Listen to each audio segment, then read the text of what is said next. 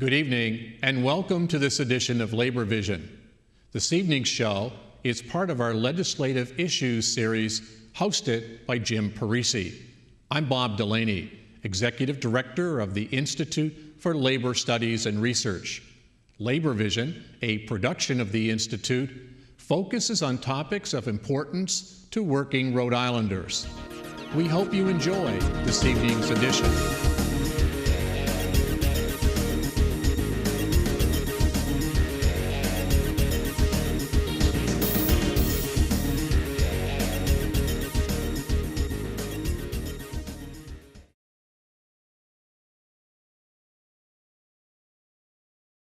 Thank you for joining us for this evening's edition of Labor Vision, where we bring the General Assembly into your living room. My name is James Parisi. I'm a field representative with the Rhode Island Federation of Teachers and Health Professionals, and I'm your host this evening.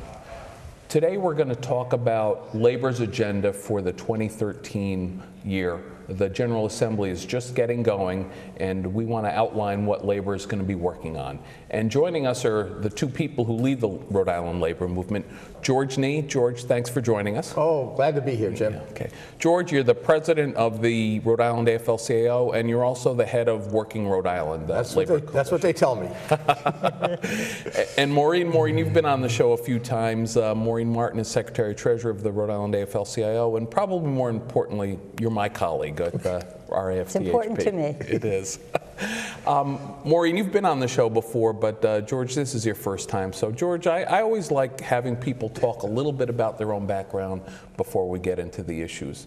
How long have you been working for the labor movement? I've been working in the labor movement since 1976, when I started an independent union called the Rhode Island Workers Union, which then affiliated with the Service Employees Union in 1979. And then Ed McElroy, who was the president of the Rhode Island AFL at the time, hired me as a staff person to go to work for the Rhode Island AFL-CIO in 1983. Actually, my first involvement in the labor movement goes back to 1967, when I was a member of the Labor's Union in Syracuse, New York. Mm-hmm. As a construction worker. That absolutely certainly counts as well. And I also know that you have a background with the farm workers. I actually left school in 1970, and I went to work for the United Farm Workers Union. I was a bodyguard for Cesar Chavez out in California during the 1,000-mile march when the law was passed in 1975. And actually, it's thanks to the farm workers that I came to Rhode Island. They sent me to Rhode Island in 1971 to run the lettuce boycott, which was right after the grape boycott. And I joked with the guy that sent me there, Marcos Munoz. I said, Marcos, you never called me back, so I stayed here. So I'm still waiting for a call back, but I don't think I'm going back now. All right.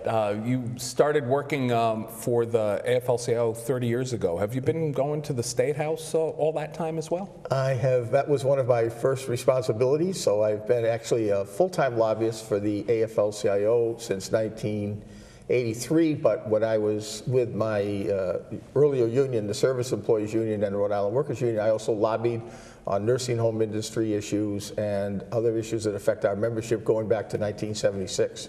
Okay. Why don't we just give the viewers a sense on who's represented by the AFL-CIO in Working Rhode Island. Maureen, you know, in terms of the AFL-CIO, who's a member of it? Who does the AFL-CIO represent in this state?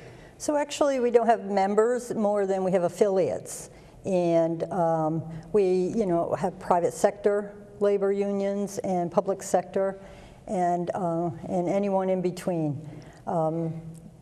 I'm not sure exactly the numbers at this point. I know we have a couple of new affiliates in the past year. So about actually 80,000 people, retirees and active members. Right, but I'm not sure about the amount of labor unions. About 250. 250 now. That are affiliated with the state fed. Okay, 250 local unions. Local unions, that are all correct. part of the Rhode Island AFL-CIO. Okay.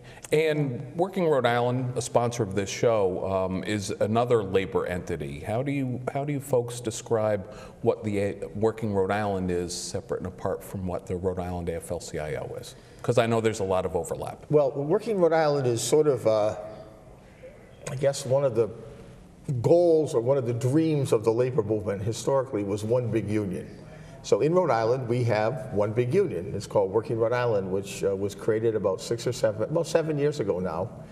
And it is a table where all of the different unions in Rhode Island are welcome, whether or not they're part of the AFL-CIO or not. So in our current situation, we have Carpenters Union, we have the AAUP, the university professors, we have RIBCO, the correctional officers, and UNAP, none of which are part of the AFL-CIO but are a part of Working Rhode Island. So it's a place where there can be a voice for the whole labor movement, where we try to cooperate on issues that are affecting the whole labor movement and provide as much solidarity as we can and try to get people to work together and utilize the strength of that solidarity. Mm-hmm. So adding to the strength in Working Rhode Island, I think is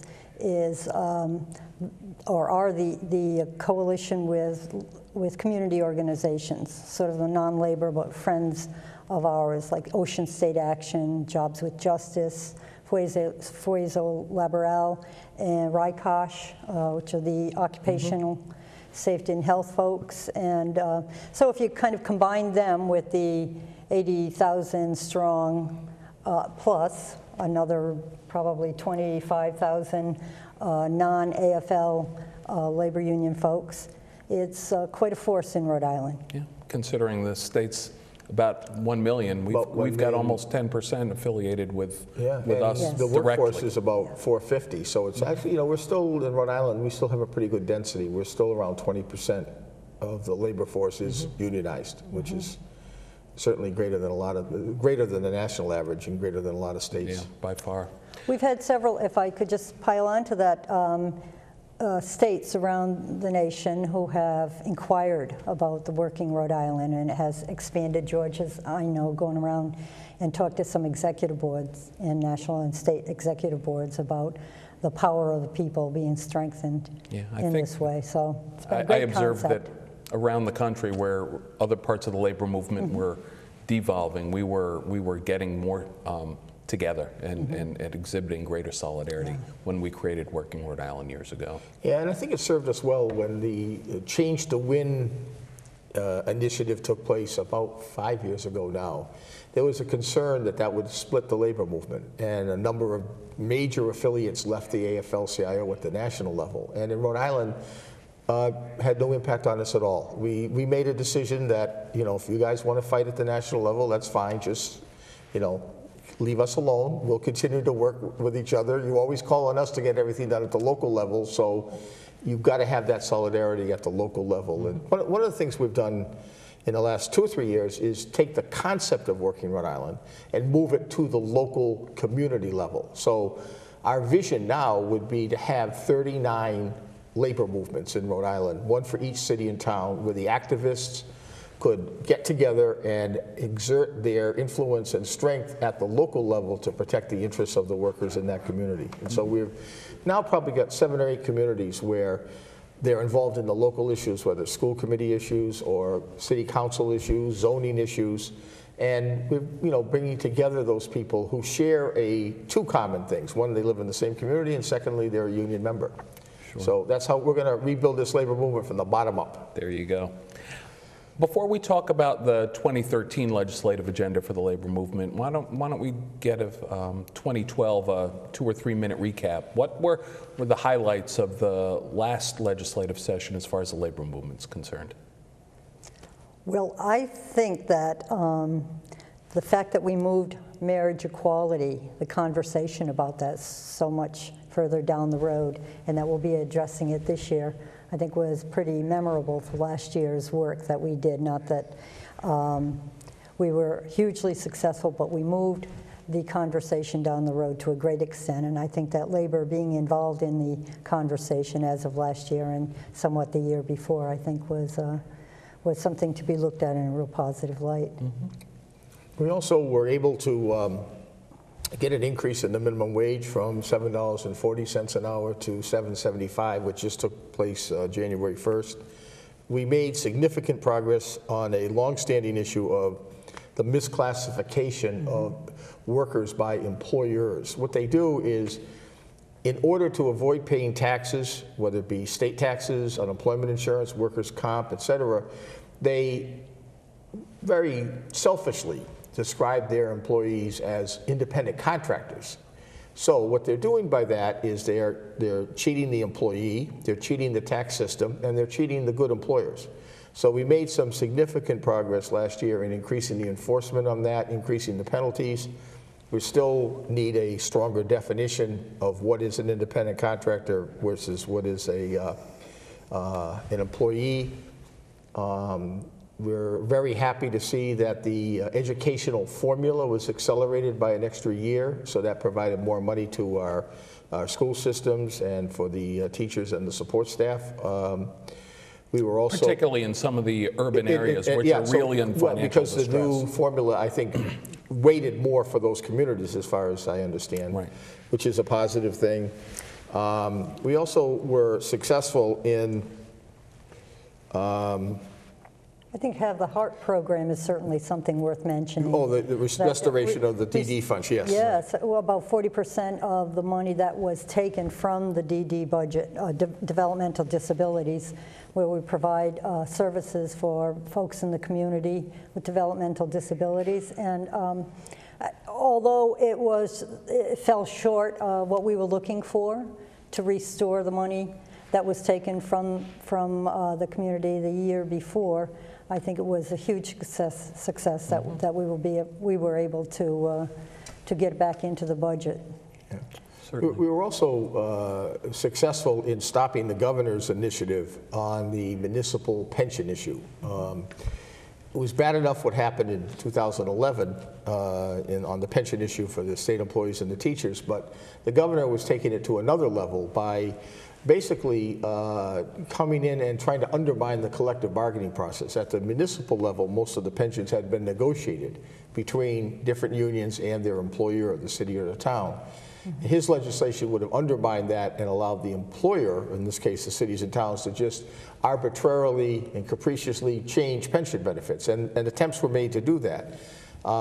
We were successful in stopping that legislation, and it was important because the issue was significant, and that was asking the legislators to understand and respect the process of collective bargaining and see the difference between the two. So I think that was a significant victory for the labor movement. And also on the nursing home front, we were able to codify the COLA instead of having that have to be subject every year to discussion and not make it administrative. So there was, all in all, it was certainly a better year than 2011, and we've reached the bottom and we're climbing. Okay, and certainly you had a good legislative year last year, and you had a pretty good election cycle this past November. So that sets the table for 2013. What are the top priorities of the Rhode Island labor movement now that the 2013 session of the General Assembly is beginning? Take it away. Well, certainly we're going to be working a little harder on the minimum wage. As George said, we had it raised, but we need to get it indexed. We can't wait like every 5 or 6 or 7 years and raise it. I think that it's important to index it to some sort of rate, government rate, where we can have a little kind of raise every year for folks who make the least amount of money in the state of Rhode Island. And we often hear that it's just a bunch of teenagers working minimum wage, and it's not.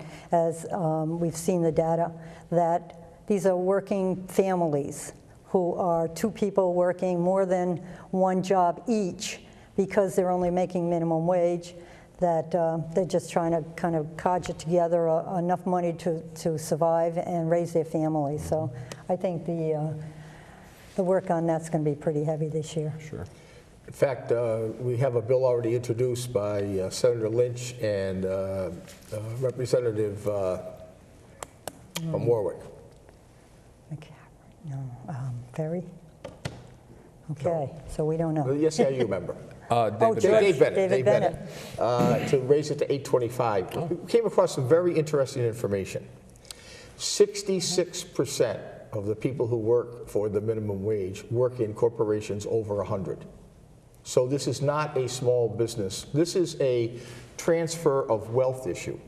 The hamburger in Connecticut costs the same as the hamburger in Rhode Island. The worker in Connecticut's making $8.25. The worker in Rhode Island's making $7.75. The worker in Massachusetts is making $8.05.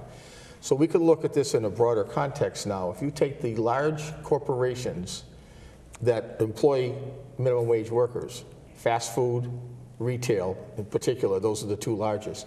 Most of them are international and national corporations. So they're taking the money out of Rhode Island and sending it to another state or another country. So if we want to build up some wealth and build an economy from the bottom up, raising the minimum wage does not hurt the local small business Rhode Island economy. It's taking money from the corporations that have all recovered from the recession. So just a way to look at it in a different context. Sure. And I've always found it interesting that while most union workers make well above the minimum wage, the labor movement's always taken a leadership role on this issue. Absolutely, because it's just a matter of economic justice and what kind of an economy you're going to have. Because if you're going to have a vibrant economy, you have to have people with money in their pocket. All these corporations, all these people want everyone to buy their product, but they want to put them out of work and send the job overseas or change the technology. So there'll be nobody working, and then they're complaining that nobody's buying their products. You've got to have a balance.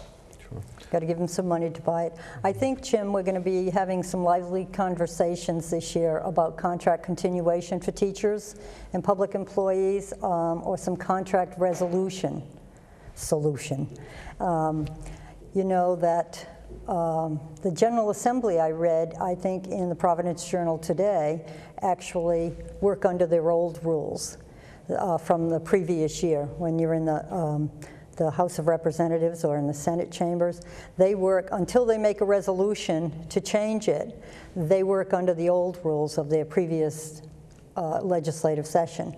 And I think that we can expect no more or no less for teachers and public employees to be able to, when their contract with the state or the school committee, the school district expires, or the community, that they would work under the old rules until a new contract is negotiated. I don't think it's unreasonable. I think that the chambers work under those very rules, and it's something we could emulate.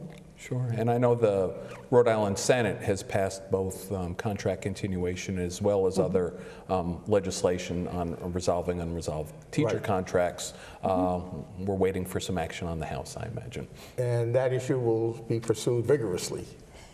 Also, a couple of other issues that probably will be involved in is the restoration of the historic tax credit in terms of a spurred economic development activity. However, with a provision that will protect the workers of the state, that it would have a prevailing wage component to it. And it also should be narrowed so that it isn't helping, like the Hope Club, which the other one did. This should be taking abandoned properties that are presently not off the tax roll and bringing them onto the tax roll, so it'll help the city and town in addition to creating employment opportunities.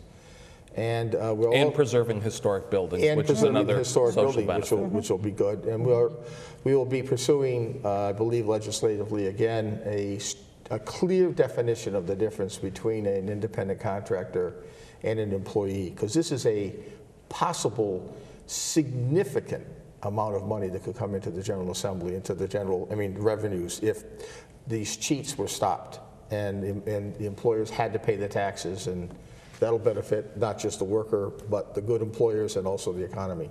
And it would help our state budget, which is continuously underfunded, by getting some more revenue coming in. Yeah, the other states that are, in fact, the sad thing is that this has been much heavily enforced in Connecticut and Massachusetts. So we're getting the renegade and rat contractors that are coming into Rhode Island because they say, oh, they don't enforce it in Rhode Island, we'll go do business there. So, and we've even had situations where we've had universities, the colleges and universities that we have supported them on bond issues for, and then they bring in contractors either out of state and that are cheating workers. So that just can't be tolerated any longer. Sure. I know I listened to the opening day speeches of the Senate President and the Speaker of the House, and everyone's talking about economic development, what we can do to remedy the incredibly high unemployment rate in this state. What does the labor movement have to say about economic development, and how does that relate to what you're going to be working on this year? Well, I think there's a couple things. I mentioned the historic tax preservation. I think that would help. The other, there's an area that is still we're not there yet, and that is the activities related to the ports and maritime activities. We were successful in getting, through federal government, 2 new cranes at both Quonset and at Providence.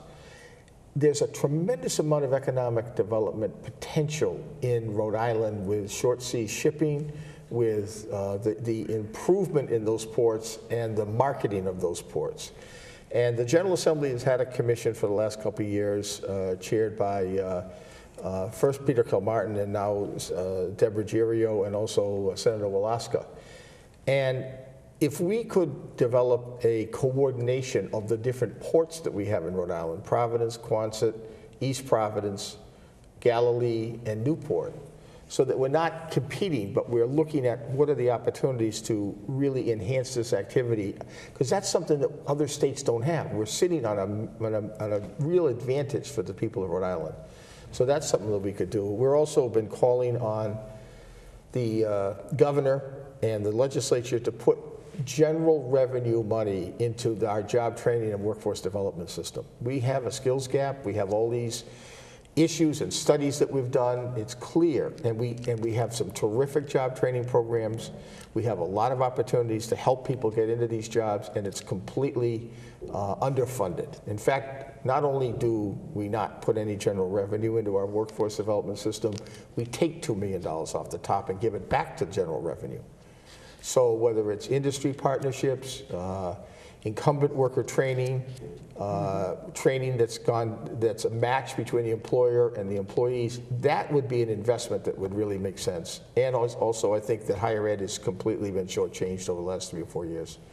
You know, we talk about the critical nature of that, and we defund it. So I don't know, we have to start matching up our rhetoric with reality. Our state is one of the worst in the whole country in funding its higher ed, public higher ed system. Yeah, and then we talk about how important it is. Well, you know, it is or it isn't. If it's important, we fund it. If it's not, we don't.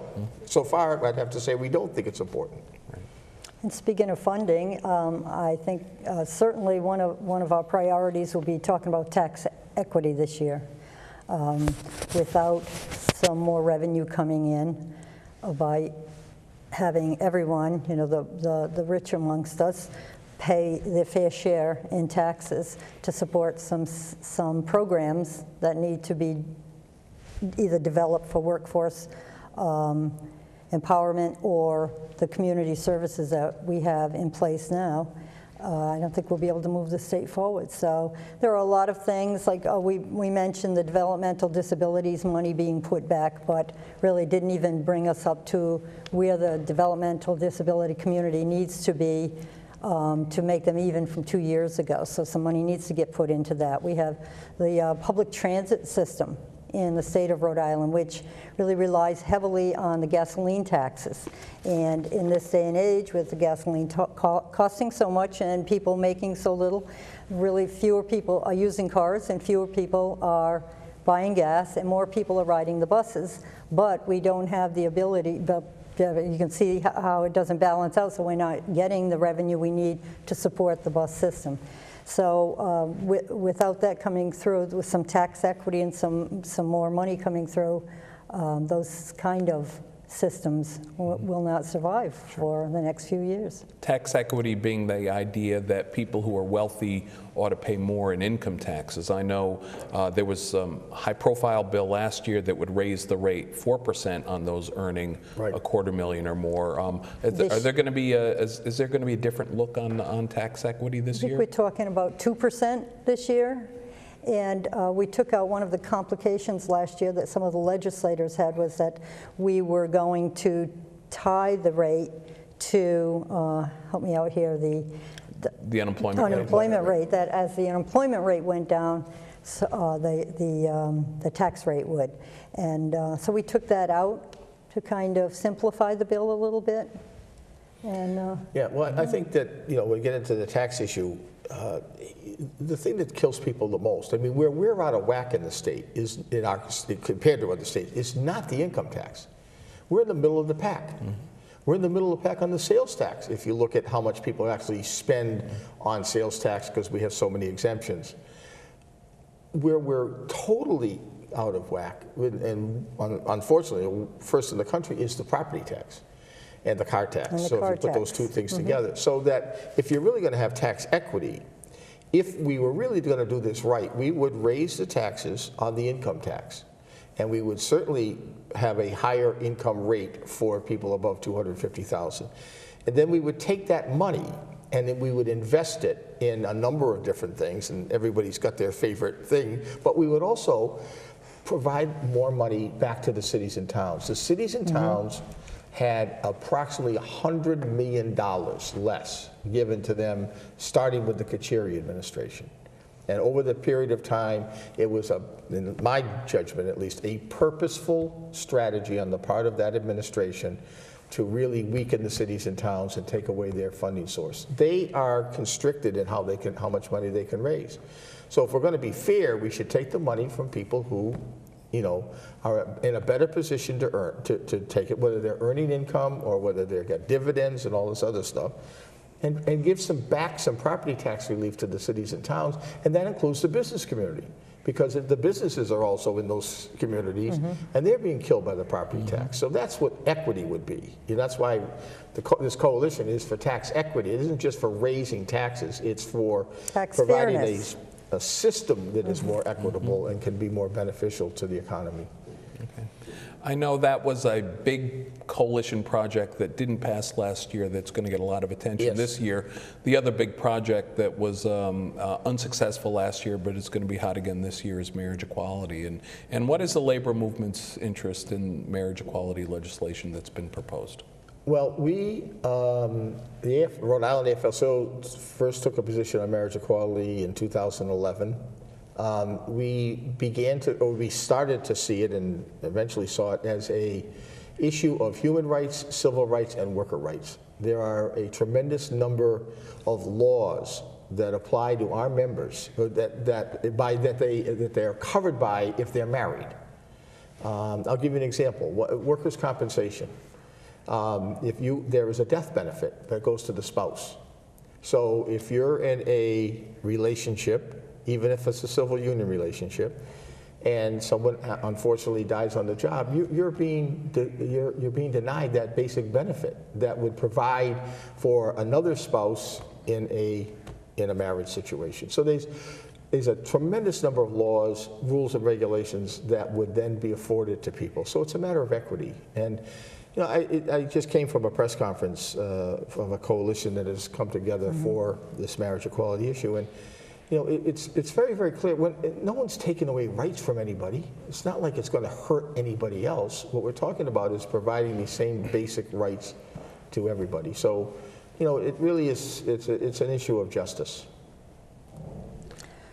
Let me say that as a board member for Marriage Equality RI, I've really learned a lot. It's been a learning curve for me being involved in the group, and one of the things I'm really concerned about is youth who are involved in whether they're gay or lesbian, transsexual, and because I'm working in the education field, I really kind of looked at that little part of it, and I thought how sad it was. And as I testified last year, when we talk about how things are in school and bullying and all of the things that we worked on last year in the education field with the legislature, and I think about how here we are as a state treating people differently because they're gay, and how that transfers to children. Kids aren't dumb.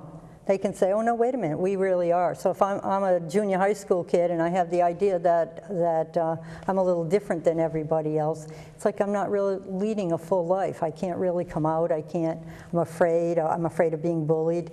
And I think that all of the work that we do around bullying and making people feel safe at school is kind of tied into this whole question about marriage equality. So I'd like to see some legislators address that issue. Mm-hmm. That's quite a list. I mean, we have tax equity, marriage equality, historic tax credits, budget issues like the DD funding, contract continuation. You've outlined a pretty ambitious agenda for the labor movement this year. One of the things I guess I resent the most is being referred to as a special interest. Because as you can see, as you just articulated, We're not a special interest, we're the people's lobby. And you know, we're involved in unemployment insurance, minimum wage, workers' compensation, healthcare, education, environmental issues, bond issues. You know, we're there in almost every facet of our community. So, you know, I mean, a special interest is, you know, a bank or an insurance company or a retail store, or, I mean, and they're only interested in a tax break for them or how it's going to benefit their. What we do affects and impacts the lives of everybody, whether both in the workplace or in the community. You know, unemployment and workers' comp are two very good examples. When we fight to improve those programs or protect those programs, that doesn't affect, there's no workers' compensation rate for union members and non-union members. They're all treated, it's all workers, they're all treated the same. Even as you mentioned, the minimum wage, you know, we've been successful moving people out of poverty, creating a middle class. But it's our obligation as a labor movement to fight and protect, to improve the health care, the education, the well-being of everybody. So, I think you would find about 90% of the stuff that we work on, perhaps more, really affects the broader community of Rhode Island, not just labor union members. Okay. Well, terrific. Well, we're out of time. I thank you both for your time today outlining the agenda. And we look forward to having future editions of Labor Vision where we bring some of the senators and representatives who introduced some of this legislation in to talk to us about how those issues are going in great detail. Thank you both very much. Thank you, Jim.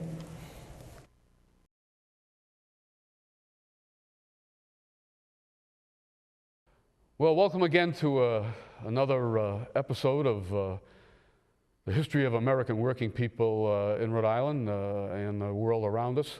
My name's Scott Molloy. I'm a professor at State University, URI, and it's always fun to bring what I teach in the classroom to a wider audience whenever that's available. And certainly nothing could be more appropriate right now in American history than taking a look at the Great Depression, although I have to say it still stumps a lot of economists even today, so many years later. They're still arguing as to what really caused it all.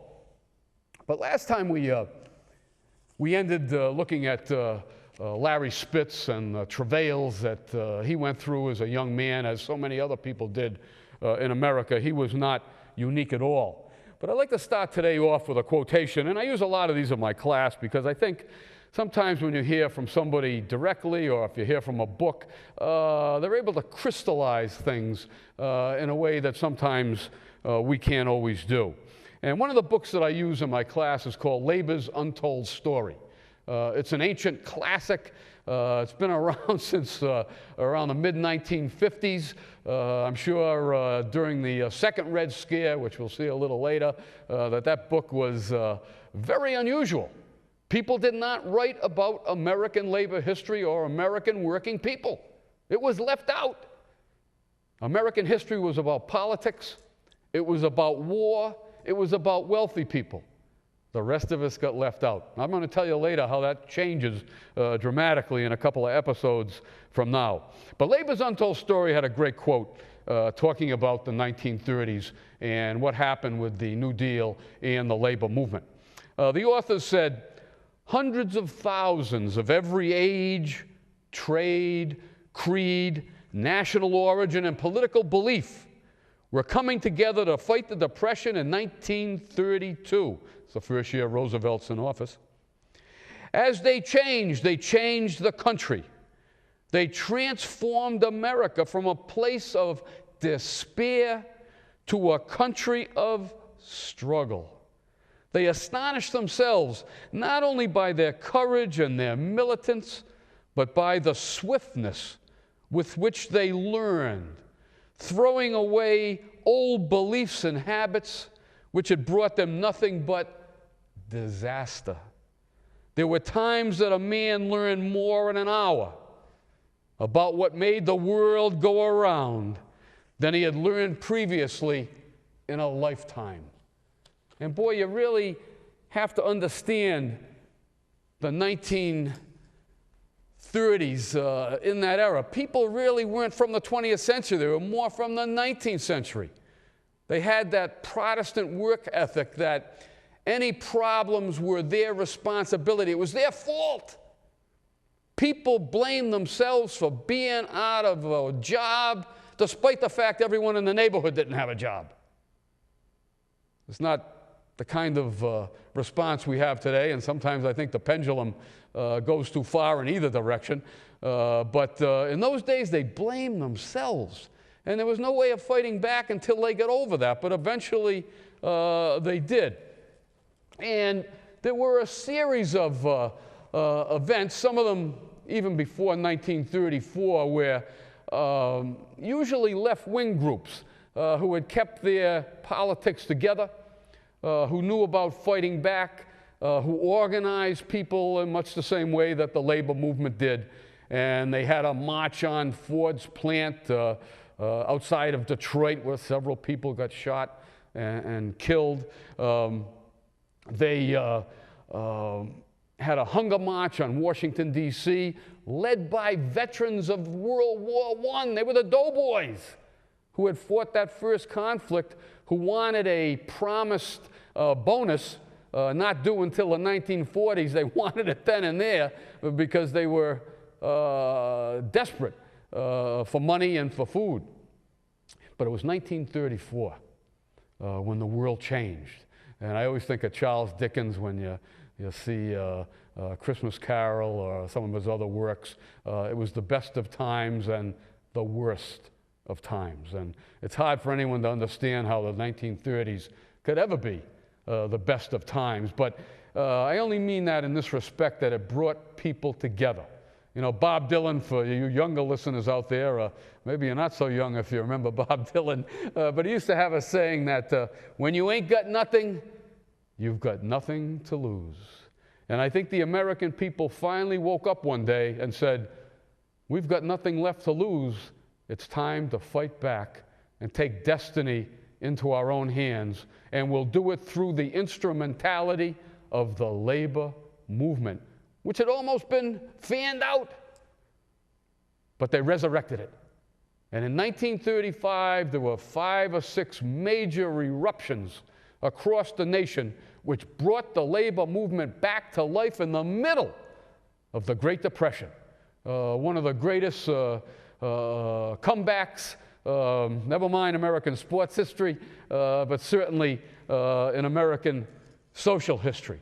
And the first place was in Toledo in 1934 in Ohio, where the unions employed a mass picket line with 10,000 people in it. What did they have? They didn't have money, but they had people. They had unemployed people. And so they put them on the picket line and helped anyone who went on strike, even in those awful economic times. In Minneapolis, Minnesota in 1934, Jimmy Hoffa, who by the way at that time was more to the left than to the right as he was later on in his life, but he would help organize the over-the-road Teamsters, just like the Teamsters around town, in a pitched Civil War battle between management and labor that the unions finally won, 1934.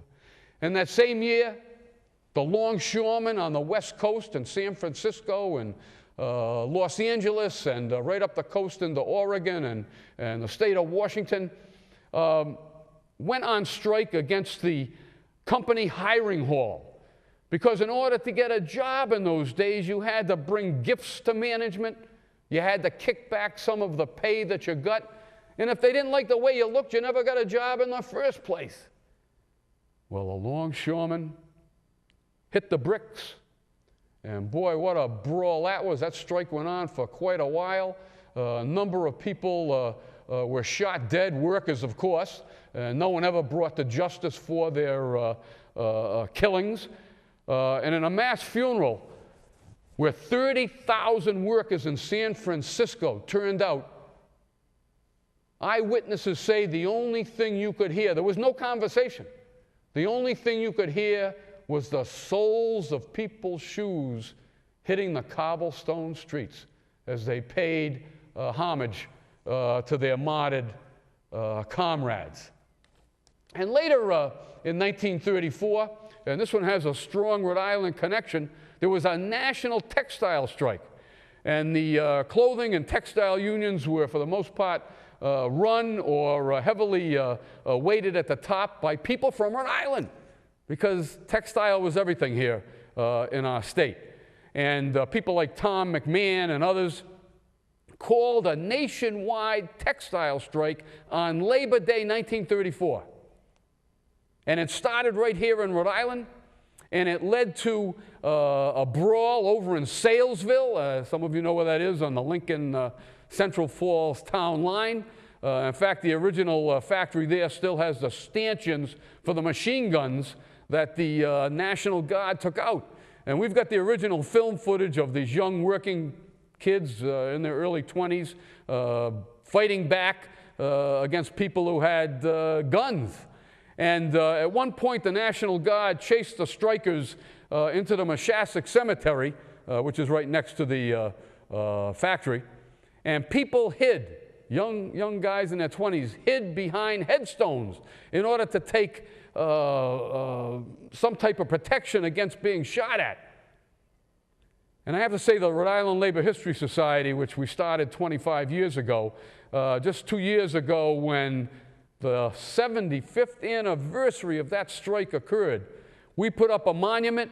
And we hold a commemoration there every year for the number of people killed. And I know that right next to the monument itself is a gravestone that's been in there for time immemorial. And through it are 2 bullet holes. And someone who was there in our first commemoration said, those holes were not made with a pistol. They came either from a rifle, a machine gun, or some other high-powered piece of weaponry.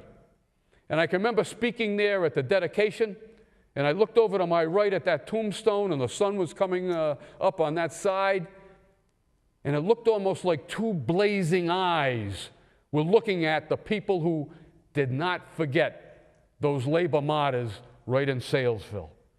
And the last episode of 1934, but when they all came together, boy, labor was back on its feet like never before.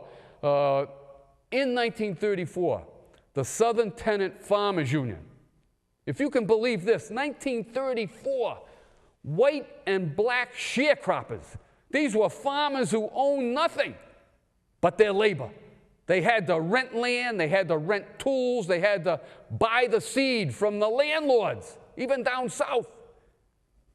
But the Southern Tenant Farmers Union organized the white and the black sharecroppers, and they even brought in Jewish lawyers into the South in the 1930s to help them in their union efforts. And I actually got a newsreel that I show in my class, and I'll tell you, it's one of the most frightening things that you'll ever see, to see individuals who could be our relatives fighting to get the right to have a union and getting shot down, not only because of workers coming together, but for black and white people standing together in 1934. It's like looking at a newsreel from another time and space. And I know my students are always stunned when they see that. And so I'm a good talker, as you can tell, but when you see that newsreel film footage of your great-grandparents or your grandparents being shot in the back, being beaten by the police, being killed and murdered, and no one ever being prosecuted because of that, let me tell you, that will turn the coldest-hearted person into a pro-labor individual. And that's not my job in life. I just tell the truth. But when you look at American labor history, it's hard. It's hard not to have sympathies for what our ancestors went through and for the tremendous legacy that they left us, beginning in the Great Depression, in a time when it's hard to believe anyone could fight back. And that's why I'm one of the happiest people you'll ever see, despite the way I talk, because I know history, And I wake up every morning with a smile because I couldn't be more thankful than anyone else because of what our forebears did for us. So 1934 was the year. It was momentous. It gave people hope because they had no hope before that. Now they saw they could fight back, they could get benefits, they could get things that they were dying for. And the big move came. There were so many things in the 30s, I'd be here for a month, and I'm sure you don't want to go through that. But in late 1936, right after Christmas, automobile workers, unionized automobile workers, under the banner of the CIO, the Congress of Industrial Organization, the new kid on the block, unlike the AFL, willing to take in skilled and unskilled men and women, ethnic Americans, people of color. It didn't matter. It was the Great Depression, and everybody had to sit at the same table. And so they called a strike in Flint, Michigan.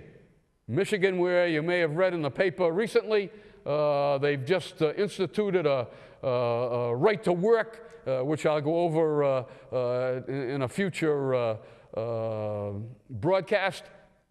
But the automobile workers went on strike right after Christmas in '36. The strike went through all of January and almost all of February. The automobile workers took on General Motors, the largest corporation in the world, even in the Great Depression, $1 billion conglomerate in 1936. Can you imagine that? Ordinary people, our relatives with blue collars on, took on the greatest behemoth in the industrialized world. And they had a secret, I call it an atomic weapon, the sit-down strike.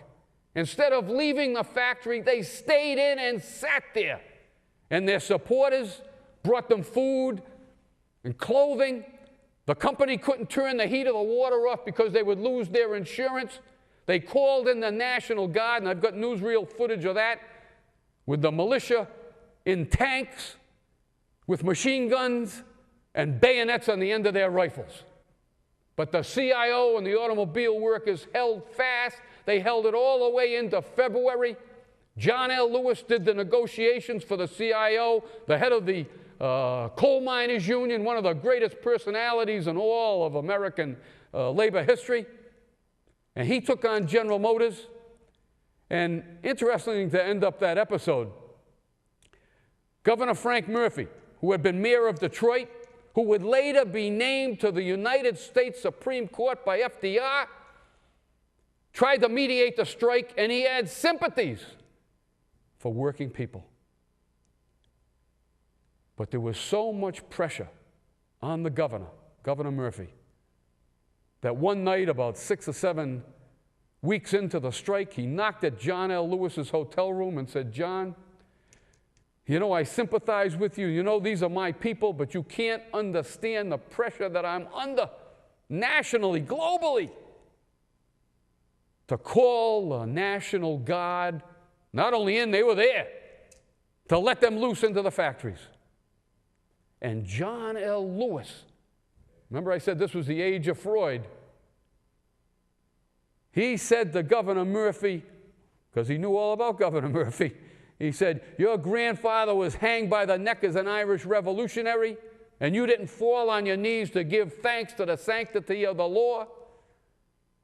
Your father was put in prison because of his activities on behalf of a free island. There were no crocodile tears in your eyes at that point.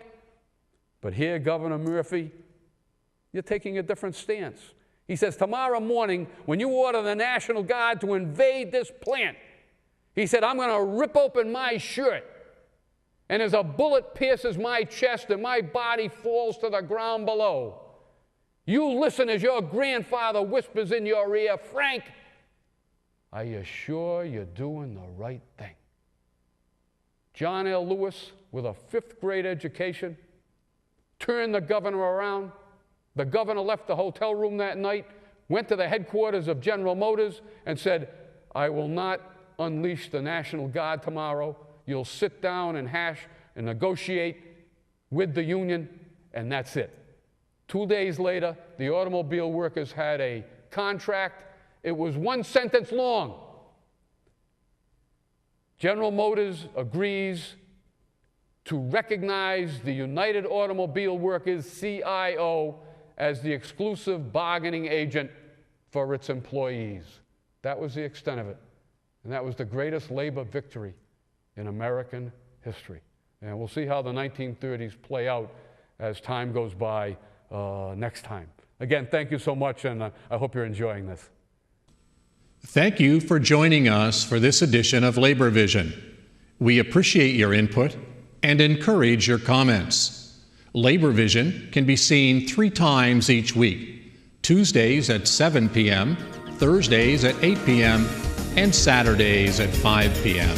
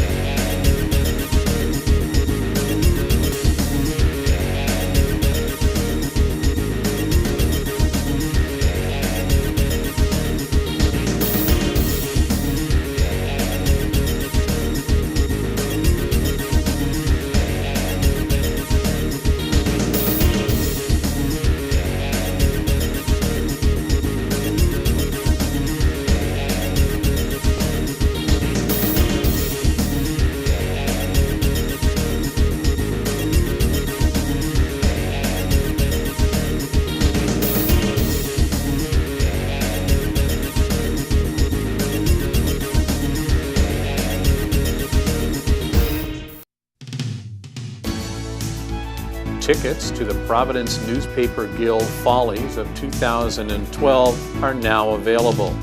The Follies will take place on Friday, February 22nd at 7 p.m. at the Venus de Milo. Tickets are available by calling 401-421-9466 or going online at www.riguild.org.